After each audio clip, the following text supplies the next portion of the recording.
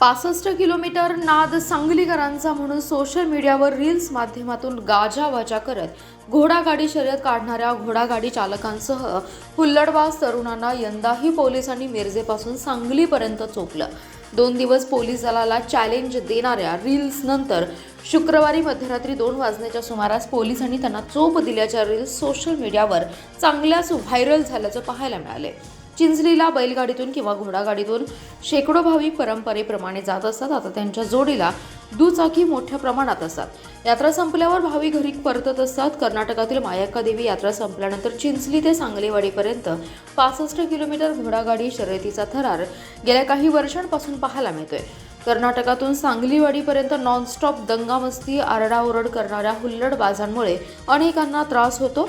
कर्नाटक पोलिसांनी कारवाईचा बडगा उगारल्यानंतरही हुल्लडबाजी थांबली नव्हती. गतवर्षी यात्रेचा मुख्य दिवस संपल्यानंतर मध्यरात्रीच्या सुमारास शेकडो दुचाकीस्वार आणि घोडागाडी चालक आरडाओरड करत मिरजेतून सांगलीत घुसले. पोलिसांकडे तक्रार आल्यानंतर टिळक चौकात सर्वांना अडवून चोप देण्यास सुरुवात केली. त्यामुळे अनेक जण दुचाकी टाकून पळाले. पोलिसांनी नंतर त्यांच्यावर कारवाई केली. परंतु नाद करा पण आमचं कुठं अशा प्रकारच्या रील्स 2 दिवसांपासून चांगल्याच व्हायरल झाल्या होत्या. निवडणूक बंदोबस्तामुळे पोलीस ठाण्याकडे कुमक कमी होती. तरीही गुरुवारी मध्यरात्रीच्या सुमारास म्हैसाळ येथे पोलिसांनी हुल्लडबाजांना रोखलं. त्यानंतर मिरजेत पोलीस निरीक्षक किरण चौगुले यांच्या पथकाने रोखलं. त्यानंतरही शेकडो दुचाकीस्वार पोलिसांना न जुमानता सांगलीकडे रवाना झाले. परंतु सांगलीत हरबट रस्ता ते टिळक चौकापर्यंत वाहतूक नियंत्रण शाखेचे निरीक्षक मुकुंद कुलकर्णी आणि त्यांचे कर्मचारी तसेच शहर ठाण्याचे निरीक्षक अरुण सुगावकर आणि कर्मचारी काठ्या घेऊन सज्ज होते. पोलिसांच्या नाकावर टिच्चून हुल्लडबाजी करत शेकडो दुचाकीस्वार सांगलीत दाखल झाल्यानंतर पोलिसांनी त्यांच्यावर काठ्या उगारल्या.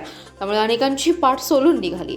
काही जणांनी दुचाकी टाकून पळून जाण्याचा प्रयत्न केला, परंतु त्यांना चांगलाच प्रसाद मिळालाय. मध्यरात्रीनंतर पोलिसांनी हुल्लडबाज यांच्यातील हा थरार पाहण्यासाठी टिळक चौक परिसरात नागरिकांची गर्दी जमली होती. दरवर्षीप्रमाणे यंदाही आरडाओरड आणि दंगामस्ती करणाऱ्यांवर कारवाई करण्यासाठी पोलीस कर्मचारी कॅमेरे घेऊन सज्ज होते. अनेकांचं शूटिंग करण्यात आलंय. तसेच सीसीटीव्ही कॅमेऱ्यात देखील काहींना टिपले. त्यांच्यावर कारवाई करण्यात येईल असं पोलिसांनी सांगितलं आहे.